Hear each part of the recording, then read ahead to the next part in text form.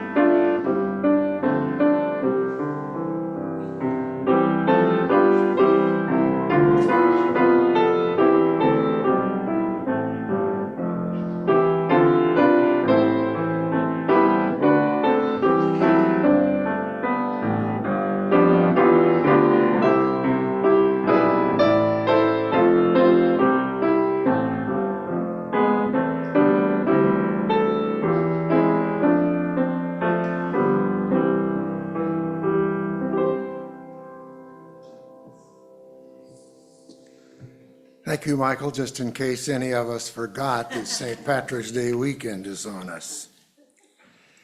It's nice to look out and see a smattering of green at least.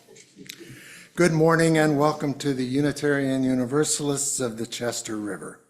A special welcome to our friends, members, and visitors, both here in the sanctuary and those joining us on Zoom. Our mission, as noted on the cover of your order of service, is to inspire, inform, and support all who seek spiritual and personal growth and a more equal and just community. I'm Jan Sprinkle, today joining Reverend Catherine Adams for an exploration of trust, restoration, and rebuilding. We'll also hear again from our newly formed choir, tackling more complicated music each time we sing. And now for the announcements, which I've just cobbled together, so I apologize in advance if I have some errors here. The General Assembly, probably the only time in our lifetimes, is June 18th to 22 in Baltimore. So this is quite an opportunity. Sign-ups are available now. Reverend Catherine has already signed up. And anyone interested in attending, I can tell you we have been to one, and it's quite an experience. Yes. The second announcement, after service this morning, there's going to be an action call. It's set up in the library, a call to do what we can to identify what we can do in these perilous times. Catherine, it will have more details, show up in the library after the service to see what's possible and to sign up to help. There is a sign-up sheet on the bulletin board. It's a task force that is being formed to help design and place new signage over our campus here. Everybody has an idea on what the signs should point to and say, and I think that's a good opportunity to contribute to our effort here. And finally, maybe most important, there's a sock burning scheduled for Friday, the 21st. It's in conjunction with a potluck dinner here in this very building at 6 o'clock. Having come here from Eastport, Annapolis, I've got some experience with sock burning too. They know how to have a sock burning ceremony. So I would encourage anyone to consider that as a kickoff to spring. I think that is it for announcements. Let me move on to chalice lighting. Some slightly different words are in your order of service.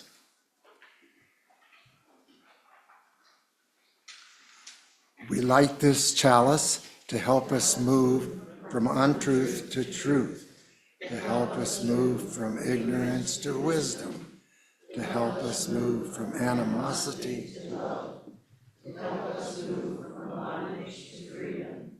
We rededicate ourselves to words of light, to affirm and practice truth, wisdom, love, and freedom today and in the days to come. That was cute. The chalice was already lit. Let's start out our singing with hymn number 31 in the gray, 131 in the gray hymnal. And I think a lot of us will know this melody, and I would like to hear the hidden choir out there from everyone in this one.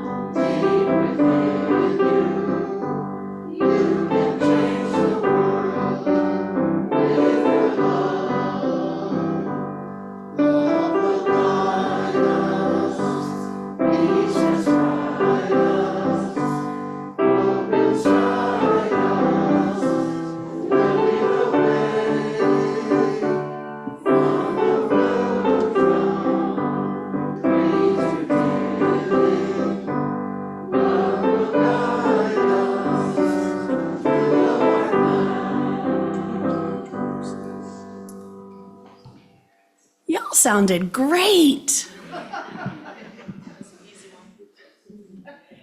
There is nothing wrong with easy. Easy is good. Comfortable is not always a bad thing. And it's a really important message, right? That love will guide us.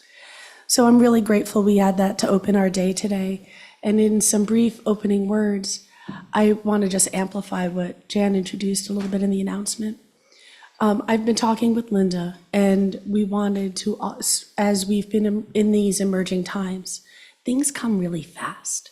And so our normal structure of, hey, something comes up and we put it in reflections and everybody gets a week or two to think about it and then you're going to do something, that's just not working.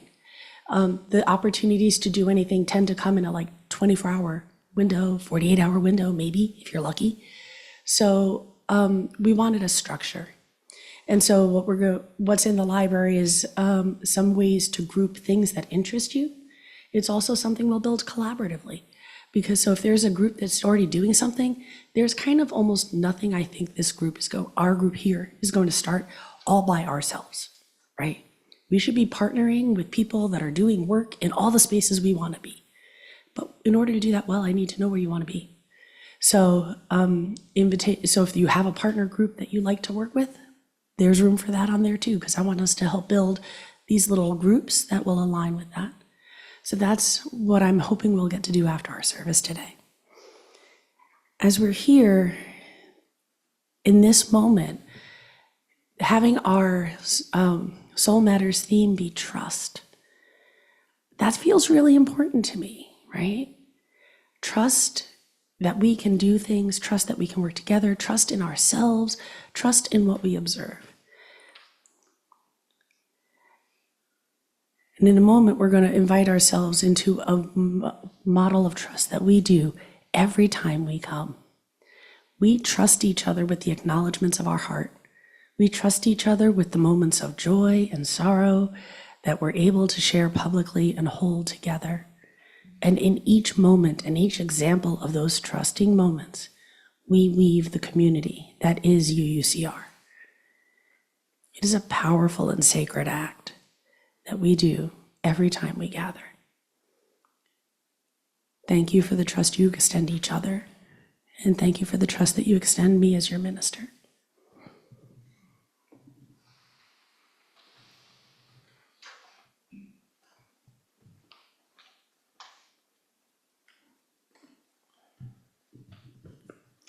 And as Catherine so nicely led into, we will now have the acknowledgments of the heart. To do so, please just come forward, take the mic, share with us your joy or concern.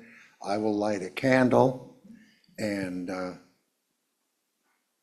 for those on Zoom, unmute yourself or wave, and we will pick you up from there.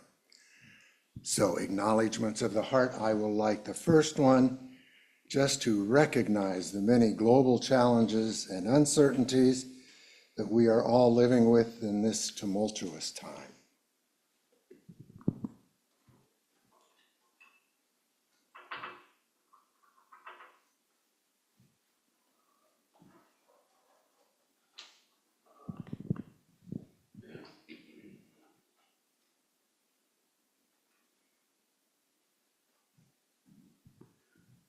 Thanks, Jan.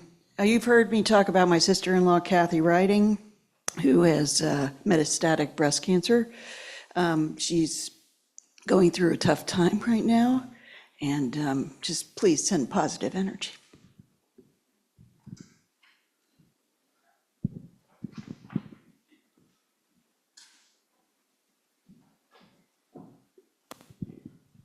My father and I went to Churchill Theater last night and really enjoyed the performance of The Magnolias, which has a cast member who's related to a congregant here. So it's going for 2 more weekends through the end of March. And then the first weekend in April, there's one weekend only performance of Footloose. Is this dropping in and out?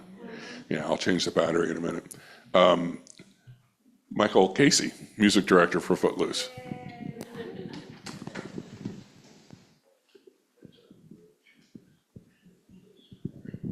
Well, I have a joy. My oldest granddaughter, Isabella, got accepted to graduate school at Rice University in Texas. Not so happy about the Texas part. with a hefty scholarship, but yeah, which is really nice, except I don't know how much of that's federal dollars and whether it'll come through or not. But in any event, she's got 2 more schools to hear from, but she's very excited. That's great.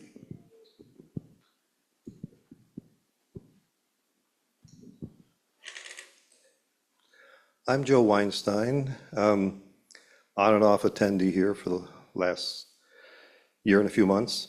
So a couple of things dear to my heart. One is my partner yesterday turned 86, and by force of circumstance, it also turns out to be our first year wedding anniversary.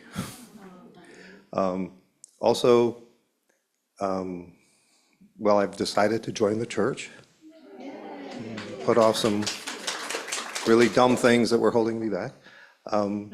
Thirdly, this book that I read recently after a Google search about woke, and I discovered the Wide Awake movement, 1860.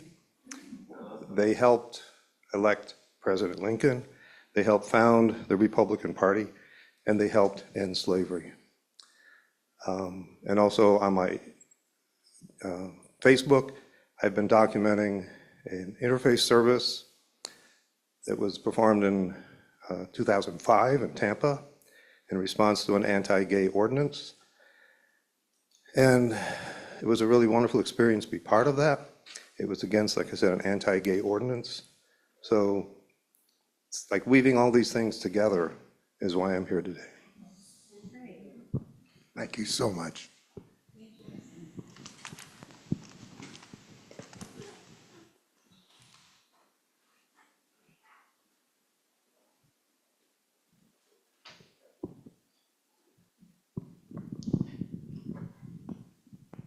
I have a bittersweet joy, I guess, and to thank and a reminder of trust as well. Some of you know my dad is in the hospital.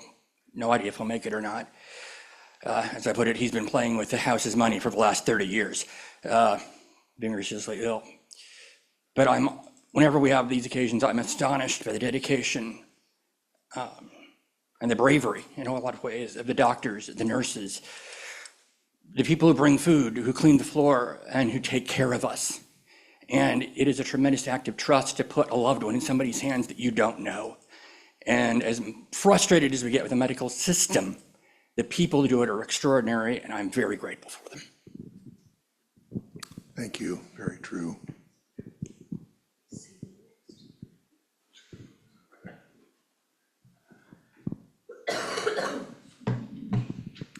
So I know many of you know and love Alice, and I just want to hold her out there right now as she's sort of searching for her path. You know, she graduated from college a couple years ago and has done some really neat things, but she's searching for a path right now, and it's, you know, in your 20s, you know how challenging that is. So I just want to hold her up. Great. Judy and I often say this is not a time that I would like to be in my 20s.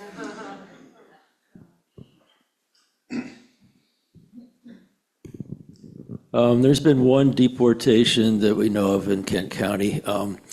He leaves behind a partner, a pregnant partner, and 2 stepchildren. And of course, given the way that the administration adheres to norms and rules, we have no idea where he is. So.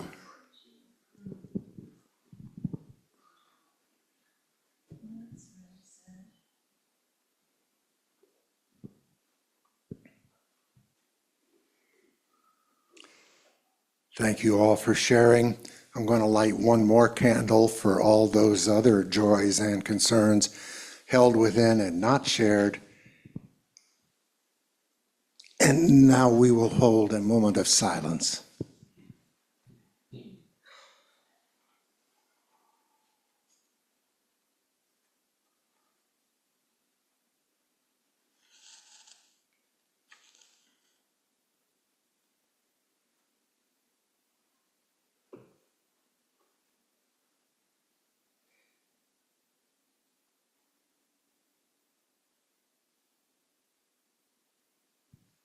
Blessed be.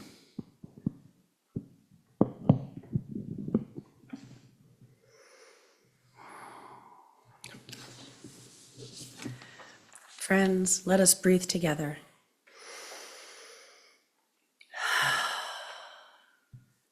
As we find a comfortable but alert position, I invite you to center your focus.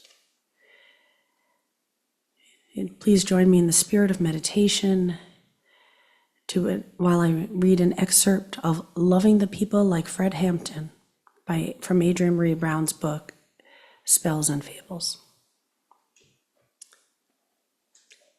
But for the people, would you change? For the people, would you apologize, forgive? For the people, would you be honest? For the people, would you learn and learn? Not for me, not for us, but for all of us. Because if you refuse to change, then look within and seek yourself out. Yourself, which is imperfect and must grow. Your harmed self, which causes harm, the heartbroken self, and your resilient self. How can I trust your blood? How can I trust your work? How can I trust your love? We do not survive when we live for ourselves alone. When we die, our truths are forgotten, held in no heart, at most a legend, part of no wholeness, and tender in no memory. But when we live for the people, we never die. Seated so deeply in each other, love yourself and the people. Give your life for the people. Give yourself for the people. In this community, we gather together. What here in this community, as you're in your spirit of meditation, do you want to draw into yourself? What do you want to hold in wonder, a joy, a relationship?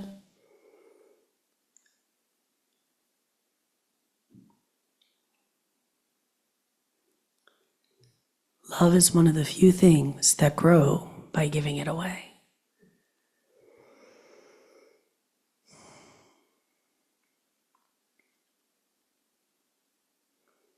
And I invite your awareness back to this moment and this place.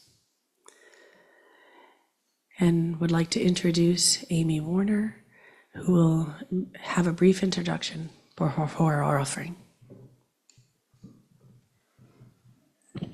Good morning. This morning we're launching, back up a little bit. The Social Justice Committee is launching its outreach collection for March, and we've chosen as a recipient Rebuilding Together for the Eastern Shore.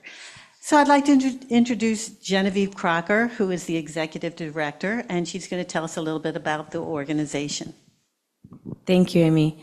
Again, my name is Genevieve Croker. I'm the executive director of the newly renamed Rebuilding Together Eastern Shore. As of January of this year, we have merged with the Rebuilding Together affiliate in Queen Anne's County, and we're now serving both counties and really pleased to be doing so. Thank you so much for having me this morning. Y'all have been generous supporters of Rebuilding Together for all the years that I've been involved in the organization. We really appreciate that. So I did bring some brochures and business cards and put them outside on the table. Y'all are welcome to contact me about folks you know that might need help. As a reminder, for those that don't know, our mission is repairing homes, revitalizing communities, rebuilding lives, and primarily we do that through the repairing homes piece. So that's leaking roofs, folks that need a wheelchair ramp because their mobility needs have changed, plumbing, electric. We're dipping our toe into the energy game this year for the first time and doing some work with the utilities to expand the number of resources that are coming into our properties. Like any nonprofit in these times, we are anxious about the federal funding. I finally heard from our USDA rep this past week I've been emailing her since January with no response, so that's fun. But it is those donations from groups like the Unitarian Universalists and our other community members that allow us to weather these times with some confidence. And so we do really appreciate that support. And I just want to remind everyone that April is National Rebuilding Month. So Rebuilding Together started its life as Christmas in April. And to honor that tradition, we do continue to identify April all over the country as National Rebuilding Month. So we will have some volunteer opportunities coming up in this county and Queen Anne's County. We're still located across the street. Our offices have not moved, and please do contact us if you know anyone that might need our services, or if you're interested in getting involved. You can do things other than construction. We have folks that make lunches for our volunteer days and things of that nature. So there's plenty of ways to get involved, and thank you so much for sharing your morning with me. Thank you. Okay, so, who's that? Genevieve. Okay, so as you know, just a little reminder though, but for some of you who might be new, the collection, the offertory today goes toward Rebuilding Together, unless you mark it, your check for pledge. Okay, so everything goes, but you can still give if you're not ready to give today through the donation button or from our website. And I bet if you brought a check in and said in the memo line for outreach for Rebuilding Together, we would accept it too. So we kind of are loose about this going to maybe mid-April or so. Okay, so thank you so much, and I'll turn it back to Jen. Thank you. And what better time to pass the baskets for your contributions to the good works of this church and to listen to Michael's beautiful offertory music.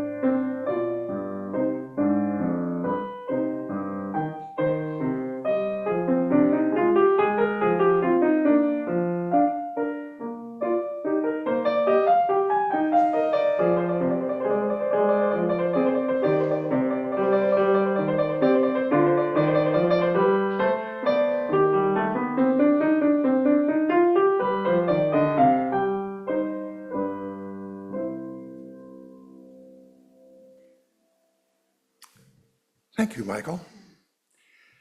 It is our custom to periodically recognize members who have recently joined our membership or have recently signed our membership book. And today is one of those days. We're pleased to welcome the new members with a new member ceremony. Reverend Catherine will lead us in this responsive narrative, and I would like to ask those new members to come forward, please, as you are participants also.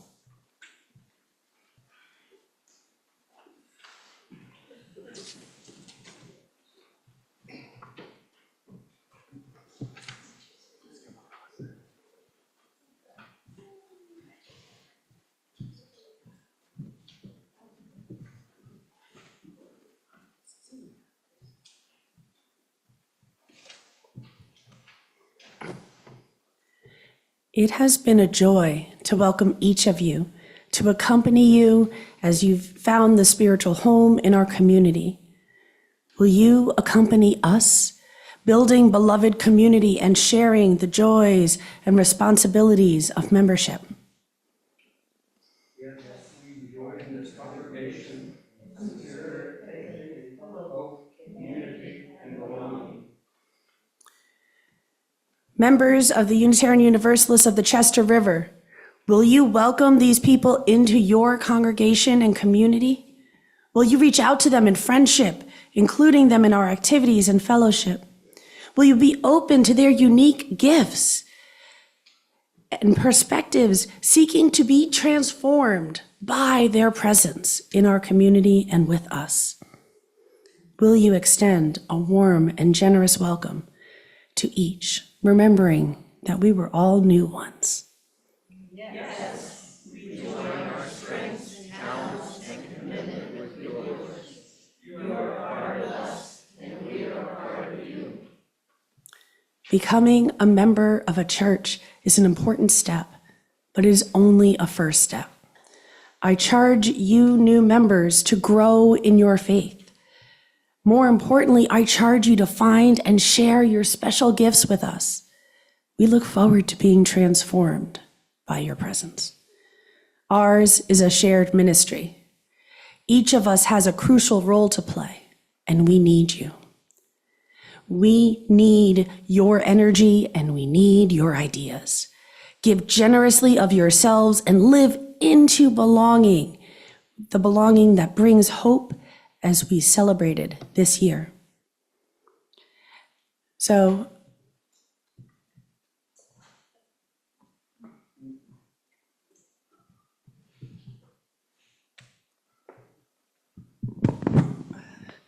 I'm going to invite you to light your candle from our candle, which in our community is our chalice.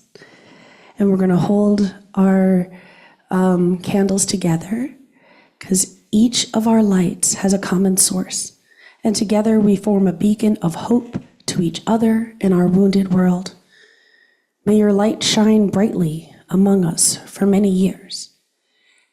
And while you're lighting, I'm going to ask anyone who has a camera, which I see Diane has anticipated me, to make sure they are ready to capture the lights we are adding to our community.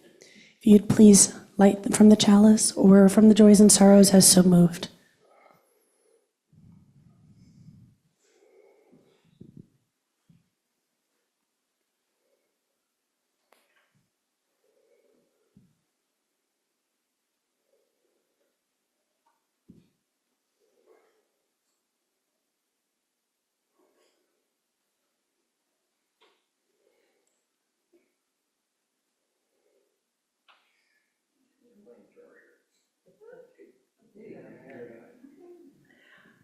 We just watched cooperation in action.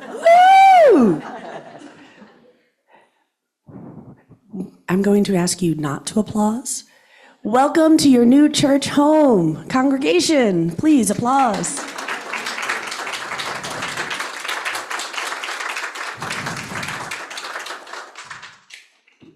I'll come round with the snifter as I invite Diane to say a few words.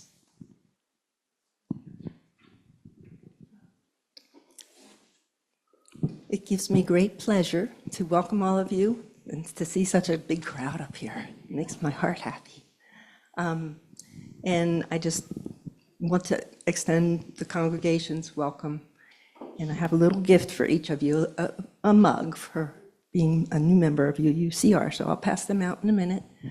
And meanwhile, I just wanted to invite, we heard from Joe today, who's interested in joining as a member, but I'm the chair of the membership committee at this point. So if anybody is interested in membership, come and talk to me. And now I'll pass out the mugs.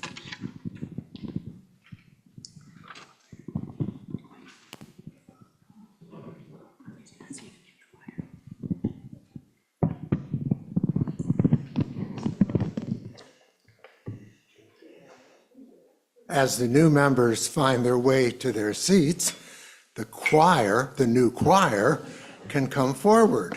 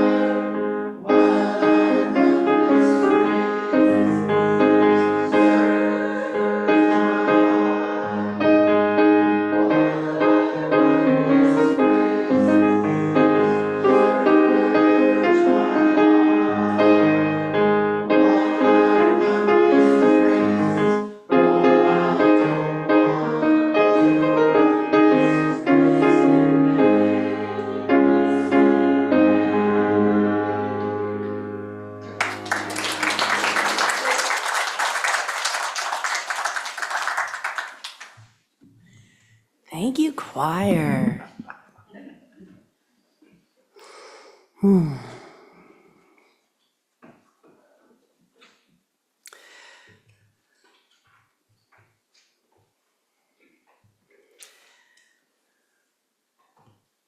Returning to that Soul Matters theme of trust. Trust is necessary to be able to bring our whole selves into any moment. Our pretty parts, our ugly parts, we all have them. And for restoration and rebuilding, it's essential to have that level of trust.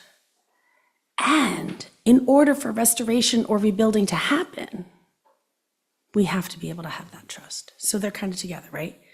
We restore and we build trust, and we need trust to restore and rebuild.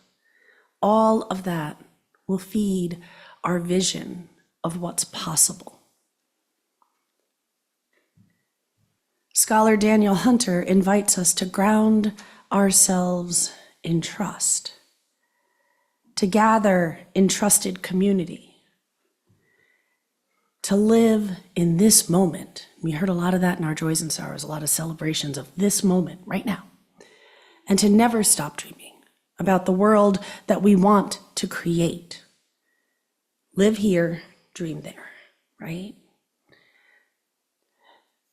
It's a really important part of visioning. If we can't imagine the future we want to create, if we can't envision it, it's so much harder to see it ever come to pass. So let's practice that for one moment. I'll start with a few short phrases and invite any of you to call out a brief description, like one sentence, of aspects or dreams of the world we want to create. For me, I'll start with a more fully realized vision of we the people of the United States of America that includes all of us. 2, all religions or none are valued, with class and race dismantled as they were created. You know, there is no such thing as race, right? All the biological stuff that says that people say there's a race, there's actually no such thing. It's a social thing, we created it. And a healthy world where we know we belong to the earth, and the earth can never really belong to us. So your turn. What is the world you want to create? Balance. Peace. Peace, balanced. Kindness. Harmony. Equality. Empathy. Respect. Responsibly manage what we already have. Responsibly manage what we already have. Equity. Reciprocity. Intelligent dialogue. Intelligent dialogue. Can't be Unitarian without intelligent dialogue. And I'm sorry, I missed one. Freedom. Justice. Truth. Stability. Security. Environmentally correct and compassion.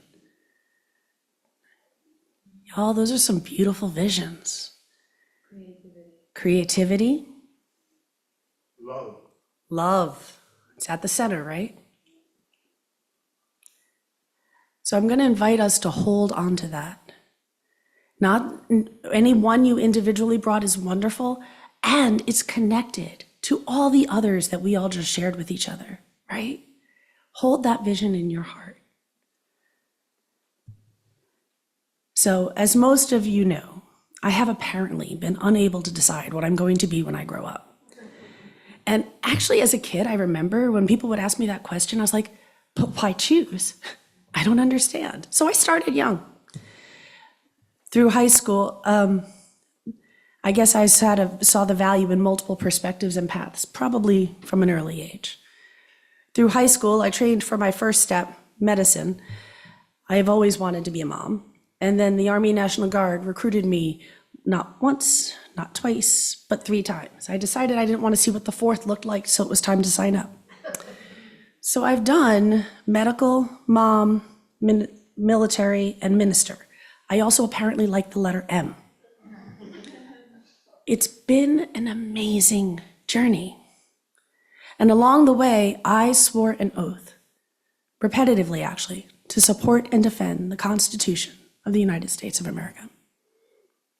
And I meant every word, every time. I love this country. And I'm gonna just pause right now. This is gonna be a hard sermon for me, and it may also be too much for some people, and I'm gonna name that. And it may also be something that people are saying, dear gosh, what took you so long? both may be present, okay? I love the audacity of our ancestors.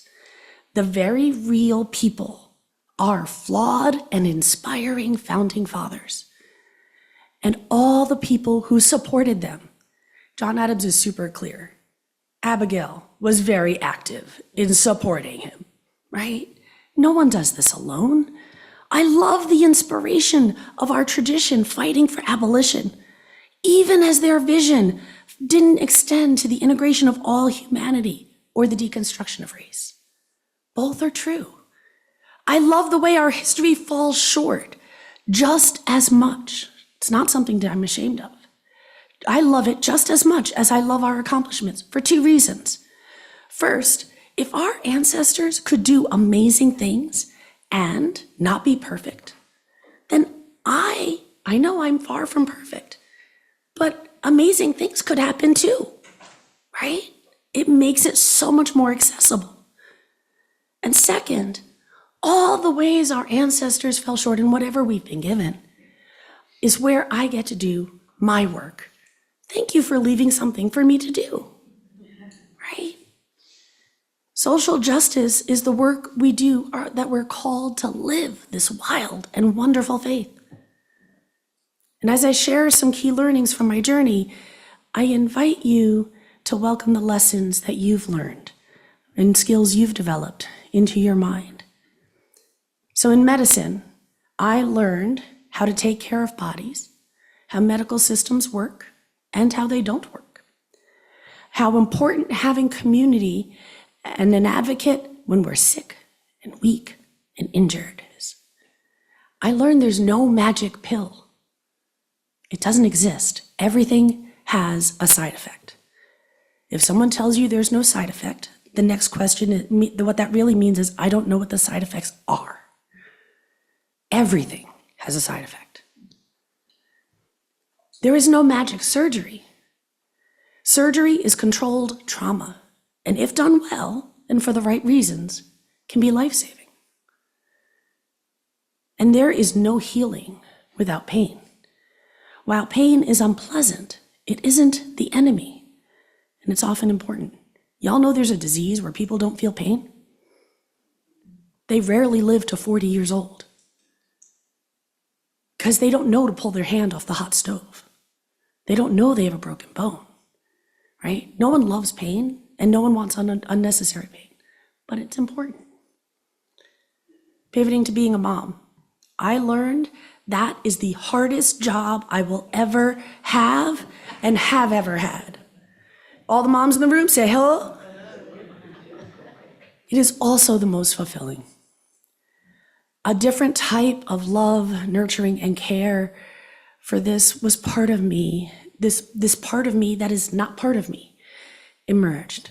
I learned creating life is complex, and negotiating the development of that life through shared and lived experience and holding room for them to experience their life is as delicate as brain surgery. The family dynamics of our families of origin and the family that we create interact with the world we live in. So no, it's not the same. Nothing that my 18-year-old is going through right now is the same as I did, right? But there's an interaction. And boundaries. I love Prentice Hemphill's definition of boundaries. Boundaries are the distance where I can love you and me simultaneously. Military. My military experience was in military medicine, so it's not too surprising that built on and amplified a lot of what I learned in medicine. But it added leadership, team building, the importance of mission, vision, and values to guide us. I built friendships with people from around the country and learned to bridge across difference, to disagree and remain in relationship, and to ground in what my boundaries are, what I will do, and what I will not do, and to thrive in the space in between. Toward the end of my service, I started to feel the call towards ministry. Theological school became a matter of when, not if. And through that discernment, I realized that if I was ordered to support the detention center at Guantanamo Bay, I would have to file a conscientious objector. I couldn't do it. And if it would not be accepted, I was prepared to resign. I do not believe in torture. Waterboarding is torture. We knew it was wrong. If we didn't know it was wrong, we wouldn't have insisted it not be done on US soil. I will always honor the Hippocratic Oath. I do not notice the Hippocratic Oath calls us to not do intentional harm. It also doesn't call us to be perfect. So if I do something wrong, please let me know. I do not believe in imprisoning people for political reasons. It violates my values. And as U.S. Attorney Hagan Scotton wrote in his resignation, it was never going to be me. Military service taught me how to balance teams, individual and communal work, to support people's growth and challenge assumptions and remain true to myself. Finally, I'm honored to be growing as a minister with this congregation, growing in trust and mutual support. I appreciate all the grace and offered with my recent illness. And can you help me thank Annie for her beautiful service that she gave when I was last supposed to be with y'all, and Nancy for who reaches out with our cards and care whenever we're ill.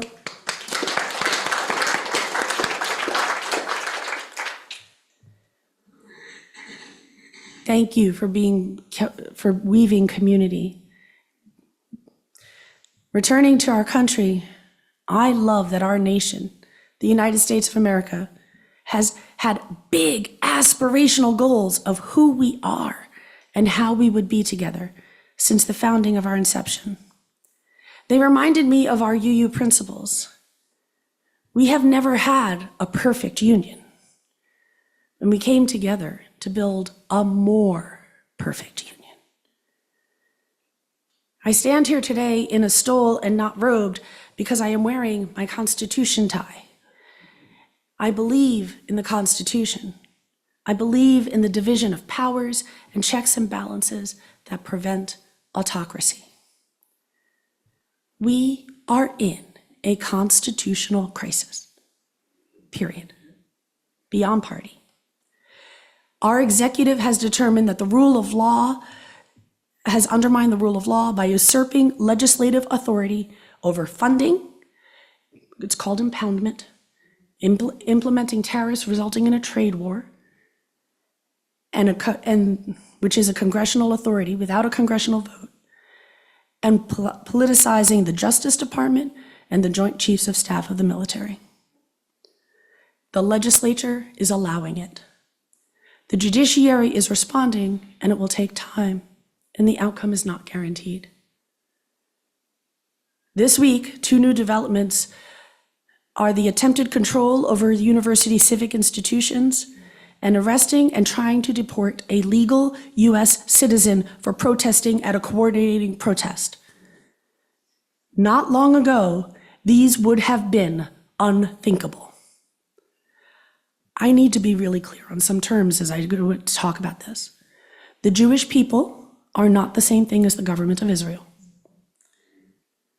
The Palestinian people are not the same thing as Hamas, period.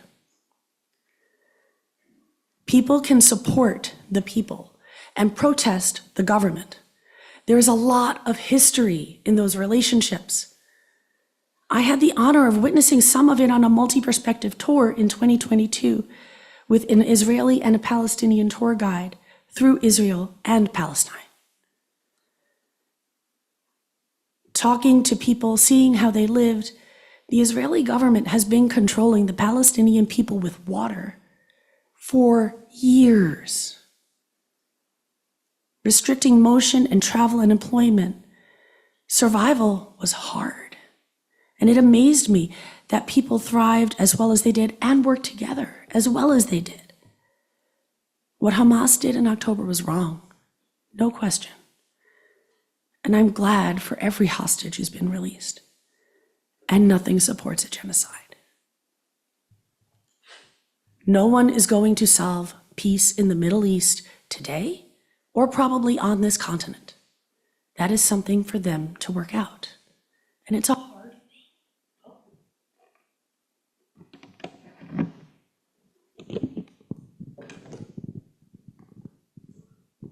thing. Is it on? Yes. Okay, was that a commentary? And it's a hard thing. When we're dealing with the effects of an incoming population and an indigenous population, it's hard, right? And that's for them to work out. But we do not deport people for protesting, period.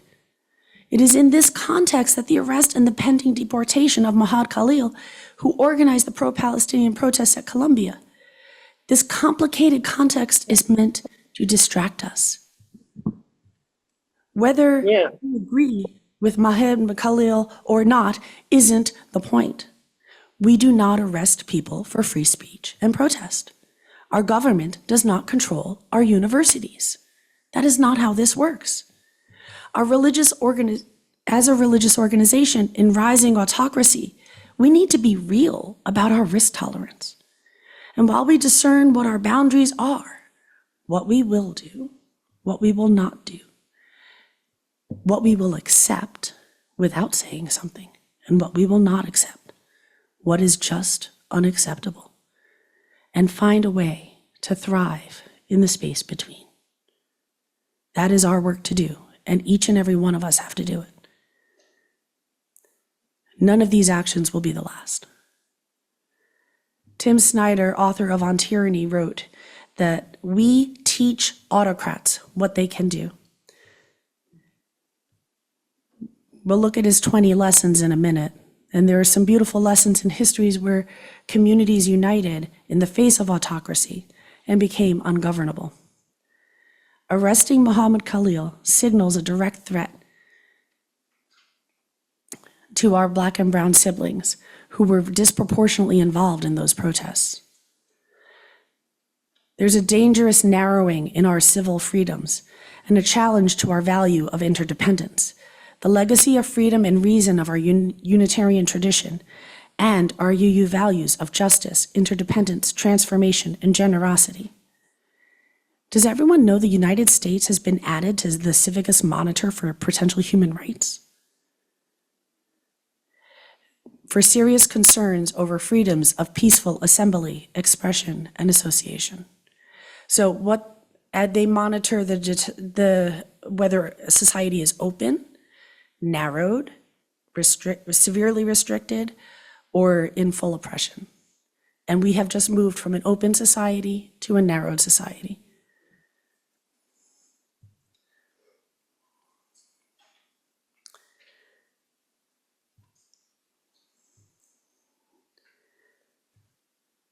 So as you have the 20 inserts, the 20 lessons in resisting autocracy, as you glance at those, I wonder if there's a few you're already doing, or if you get an idea or two. Now, there's a lot to say here, and I'm happy to talk with anyone whose areas of individual interest or resonance. And we probably can't do all 20 as individuals. And that just makes it really good that we're not just individuals. We're also a community. What really stands out to me is to take responsibility for the face of the world, believe in truth, make eye contact and small talk, listen for dangerous words, and be calm when the unthinkable arrives. John A. Powell teaches us how the worst of identity politics allows us to devolve to a single identity, which almost none of us have, and then flattens it to a stereotype. We need to complexify and bridge difference and remain in relationship while being true to our values. This is the path I see to restoration and rebuilding. It's the path that creates a possibility of larger communal trust. People who see the crisis in our national debt, and honestly, I have to admit, until recently, I thought that was the existential crisis for the United States. It's a big deal. We are way too in debt. It's not stable. It's not safe. It's not sound. Period. I see other ways to solve it, but as people see that as their main concern, see the deficit and debt rising, they may become open to other paths of generosity. Are we ready? People who've been taught by their religious institutions to trust that one body and versus over what people can think or see for themselves may experiencing things that they just can't unsee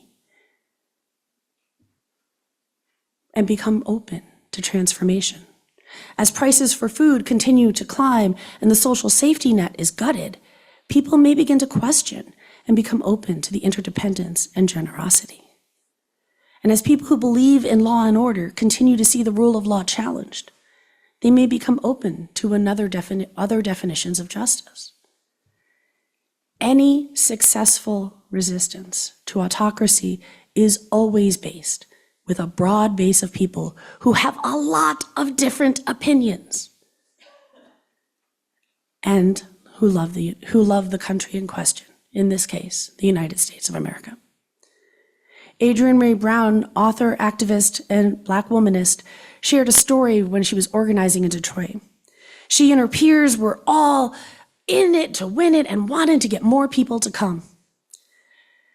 And an elder from the Civil Rights Hour kept saying, but you're asking the wrong question. How will you be ready when they come? And that's my question for our congregation and our larger community, both here and out in all your other engagements within the community. How will you be ready when they arrive? When people come from another culture within our larger community, are we ready for those cross-cultural conversations?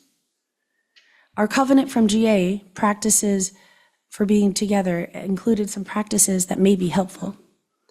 A call to acknowledge our multiple perspectives and lived experience. It's crucial to recognize that our words and actions can impact others differently than intended, especially in cross-cultural interactions, and to honor diverse viewpoints or the experiences of others. And that we strive to create a space where all voices are heard and respected, and to practice self-care and self-awareness. In any given conversation, we can dance between the places where we have power and privilege and marginalization across various settings, cultures, and contexts. We need to be willing to listen and learn, to sit with discomfort without necessarily centering ourselves. And we need to prioritize our well-being to know when to disengage from a conversation and reflect, return, or not, and which conversations just drain our spiritual energy, and where we can lean in for growth. Let us cultivate a culture of compassion and self-care where we engage in the work of building a more inclusive and equitable, beloved community. We can hold a space to bridge across difference, to disagree and remain in relationship, and to ground in our values with personal boundaries, with kind words, honoring our complexity and seeing the fullness in each other. I believe this is how we address what brought us to where we are today. And I'm trying to make the transition, as the prophets do, from calling out the individual to the structural that allowed this to happen. John A. Powell cited research that when we think of groups with dehumanizing language, insects, dogs, a new one that's out is non-player characters. Are we familiar with that one? Apparently on the right, if you don't agree with them, they're calling us non-player characters. Yeah, because non-player characters don't think, they're not a person, right? And so it doesn't necessarily land initially as non-dehumanizing, but if everybody at CDC is dehumanizing, when I just take apart CDC, I didn't hurt anyone, it's just non-player characters, right? It's dangerous language because of how the human brain works. When I connect with a human, there's a part of my brain that lights up. We are literally wired for connection. When we engage in dehumanizing language anywhere, and has anyone ever talked about the MAGAs, right? That's dehumanizing. It's not one side or the other. Whenever we engage in dehumanizing language, we strip people of their humanity, and that part of our brain that connects, lights up when I connect with a person, no longer lights up. That is part of why we think people can be so kind and so cruel. Does that make sense?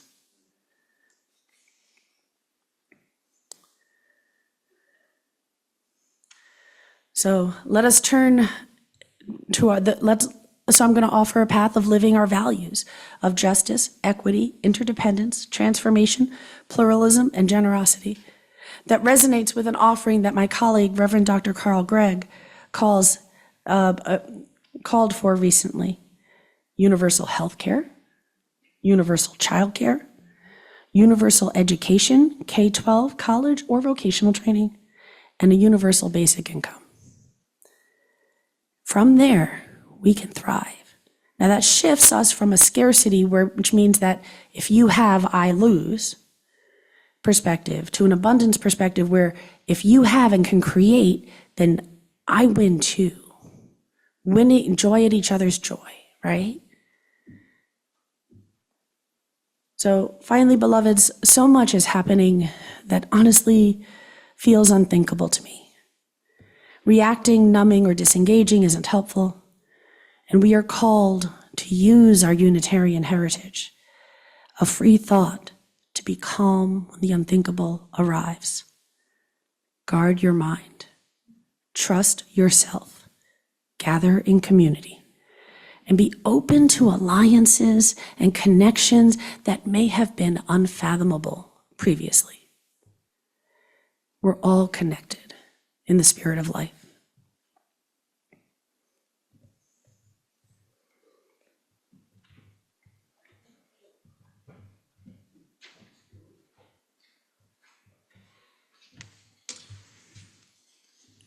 And on that note, turn to page 123 in your gray hymnal, and we will sing Spirit of Life. And if there is a Unitarian Universalist anthem, this might be it.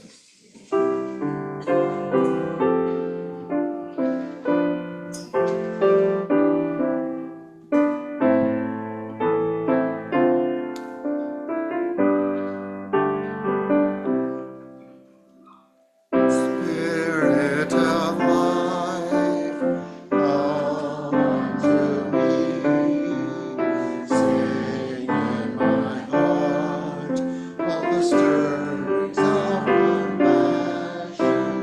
Blow in the wind, rise in the sea, move in the land, living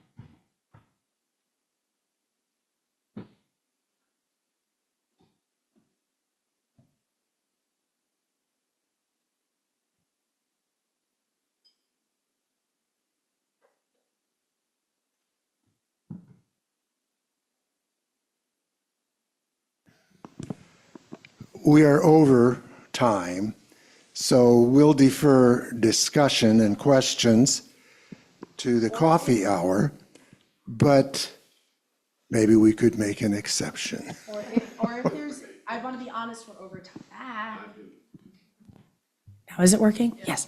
I want to be honest, we're over time. So if you need to go, then that's fine. And I am sorry that we're over. And I heard an outcry, so we'll go ahead with our discussion.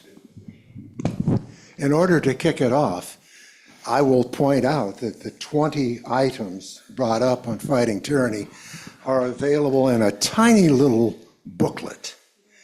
And somebody gifted it to me. and said, please spread it to as many people as possible. I intend to bring it and drop it in the table or somewhere here in our lobby, so it'll be available. And it includes a brief discussion on each of those 20 points. Right. Okay, questions, discussion? I'm always a mouthy one. One of the things you're talking about defending the Constitution. It's not only the Constitution, it's interpretation over time and tradition. Which, some of the things that are happening right now may even be legal, but they would have never been done because of tradition. It seems like that we are just, what can you prove I've done wrong? Instead of, politicians never acted this way before. Republicans, Democrat. I would contend that Trump is not really a real Republican. He's not sticking by the tenets of Republicans or of the nation.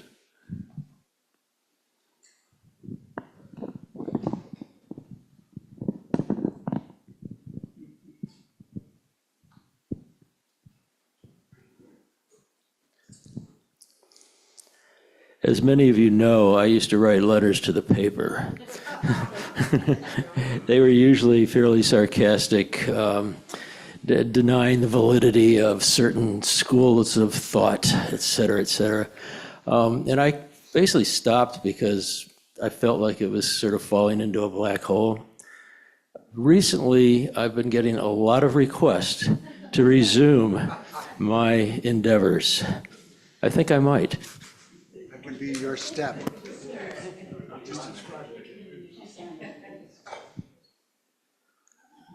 So numbers 6 and 7 raise the most questions for me personally. I think by nature I'm a pacifist. However, for example, the last Pride event I was in 2 years ago in St. Pete, Unitarian who was new to the congregation, he's working as a park ranger, I hope he still has his job, but he was walking next to me and he was dressed with a kilt and he had a legal weapon in his belt. And that was kind of a reassurance to me. So I really like the way that these two things are put, be reflective if you must be armed. And in his discussion of those, he's talking about police forces, army, people that may find themselves ordered to do something that they're then going to have to be reflective about. And making that decision in the moment is not a good play, right?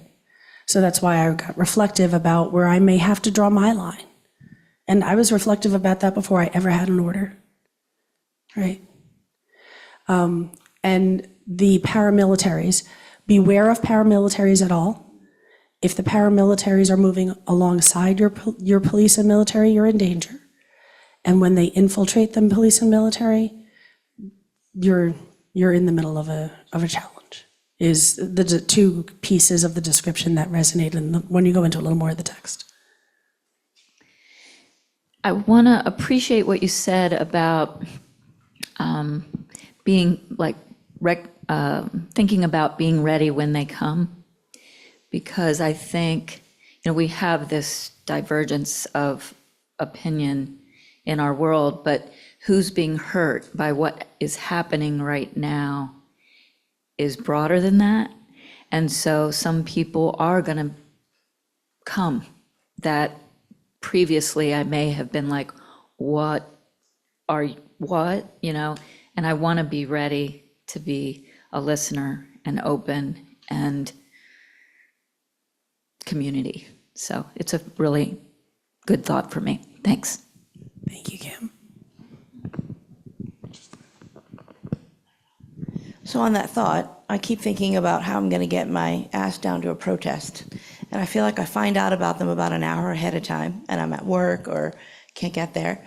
And I would love to see if anybody is better at this than I am, if we could get some kind of a email list going, some kind of a committee. And you're going to See me in the library. Okay, good. All right. I'll show That's disrupt and disobey. For anyone who's feeling that call, rock on, go you. And we're going to put some things together to help people who want to disrupt and disobey. Shockingly enough, given my history, I'm a little better at caring for people. That's That's where I get my jam, right? But we don't have to do everything. We just have to do something, right? And we have to empower and support each other to do what we need to do. And it has to align with our values. And if our values are not in alignment with that, then please don't do it, right? Yep. One thing I learned working in a very challenging environment is when you start treating people with dignity and respect, they will begin to respond. I was working at a horse racing track in Massachusetts. It was the fair races, a lot of unsavory activity. And I just showed up and I talked to the trainers, I talked to the riders, and they got to know me, I got to know them. And when the races began and the racing commission came in, they wondered why everyone was so cooperative. I was the track vet at the time. And they said, these people don't act like that. I said, yes, they do. Just treat them well and they will respond. It's something we can all do. Yep, modeling is the most powerful way to change an unhealthy system, right? In fact, it's the only way. I don't control anything else in the system. The only thing I control is me, right?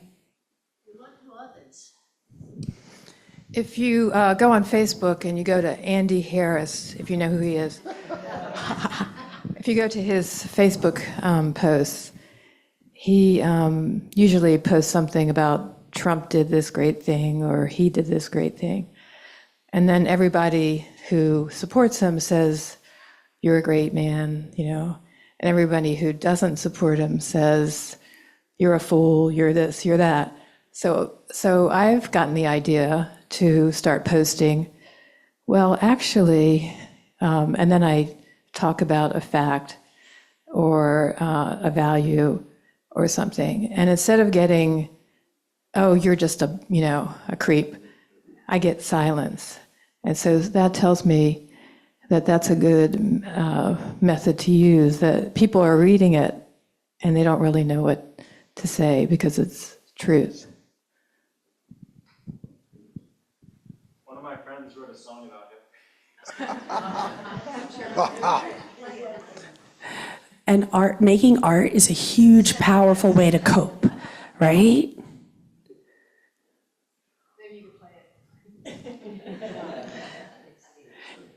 All right. You got kicked out of the State House for singing it. Oh. That's pretty good.